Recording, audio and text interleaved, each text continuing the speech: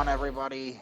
It's the Scream Fanatic, and we haven't done a video like this before, but I thought I would give it a try anyways. And as you know, I've been on GT7 probably a lot more lately, um, and it's been fun. We've had, I think I've done 47 starts, and I've gotten 10 wins and 37 top fives. It's nothing really to brag about, but it's a start. So this was just me sitting out the warm-up. I didn't really give a shit. We are in the BMW M6 endurance car. Yeah. We had a qualifying time of 1 minute 45 seconds. 1 minute 45.6 seconds. And that got us enough for P3 on the grid. I hadn't raced any of these guys before, but when you race these series over and over again, you tend to come across the same drivers so often. But I don't think I had experience with any of these guys quite yet. I did probably race them later on in the day. This was the first race of the day. I hadn't done anything to that point, but yeah, I do use a little bit of traction control because I have a heavy foot, and sometimes I just floor it out of corners. It's not exactly a good habit to have, but it's nice to have some assistance when you're on the track. But it's also helped me realize that because when it's constantly trying to not spin out, it's easy to learn. So here we are, we're green. There's only 4 laps at Watkins Glen, the long track, not the NASCAR layout. I do, sometimes you have to have a little bit of a learning curve, so learning the line is one of those, and I did turn on the line. Learning the braking zones is another, where yeah, I can use markers all around the track. It's also very discouraging to trial and error sometimes. You're very impatient, like I can be. But racing's all about patience, and so sometimes you have to learn that. As you can see, I backed off. My braking zone was a lot later into that corner.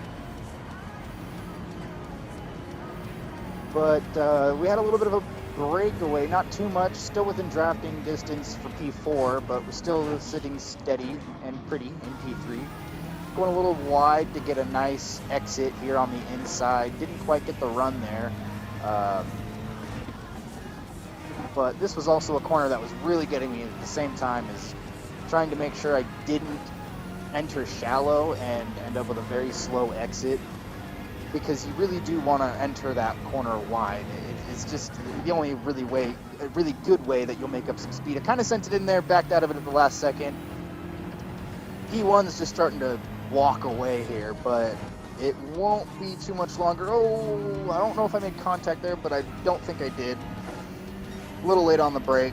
And that's one thing that you have to also get used to when you're new to road racing, is being behind somebody can be very, very challenging if you don't quite know your braking zones, which is also part of the reason why I have the brake indicator on. So that's the end of lap 1. We're starting lap 2 here. Turn 1 can be very difficult sometimes. If you brake just a hair late, you miss the apex just like that, and you have a really slow exit.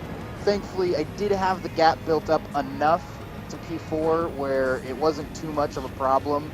But as you can see, P1 and 2, they just kind of, bye, they walked right away. I am still in slipstream range, but it's not really going to pull me too close to them. So I stay in 5th gear here, brake at the 300 marker, downshift to 4th, let it run, stay tight. It looks like P1 has a half-second penalty, so that's going to be a spot there.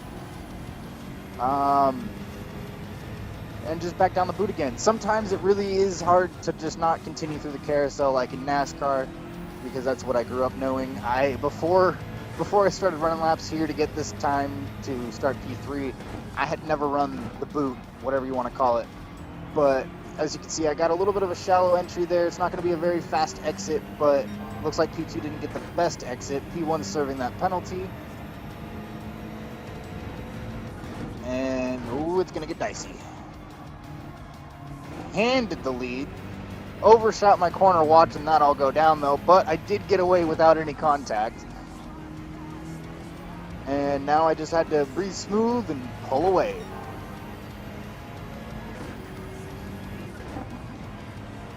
And you know, nothing's better than on your first run of the day, just absolutely getting handed a lead, you know, just like, here you go, you know, just have fun with it.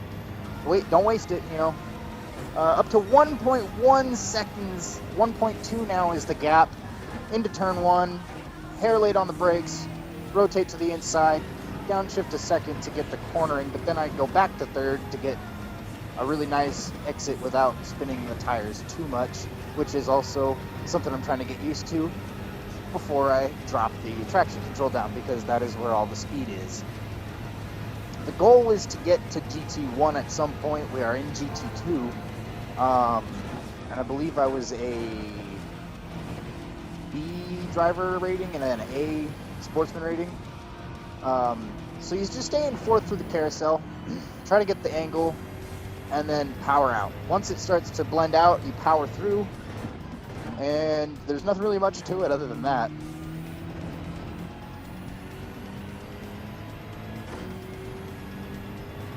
This is a really fun track, it really is. I didn't expect to have as much fun here as I did.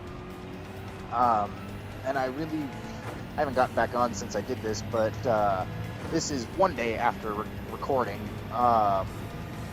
I hope that Watkins Glen is still a daily race. I might go get a couple more leads handed to me, because it happens a lot. And down in the GT2 division, whatever you want to call it, these guys, they get so dancy and antsy to get to the lead, they think they can win it in one corner, that they just take each other out. I've actually gone from 5th to 1st in like a whole lap, just because multiple people just kept taking each other out. And that's one of the things that, you know, people that they don't quite understand racing etiquette. Even though we all have to watch the video before we get into sport mode, they just don't understand it. So now we're completing the third lap, now onto the final lap with 2.1 seconds of gap.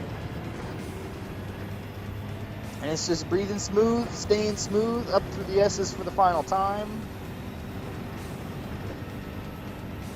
I hope this music doesn't get me copywritten, because I didn't really think about it when I recorded that.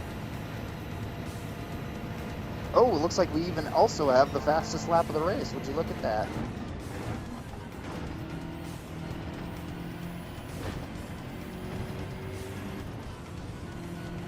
This carousel can be a little challenging to get right. If you don't get the angle right in the rotation, it's just gonna slide high, and you're gonna end up going way too wide, get the track penalty.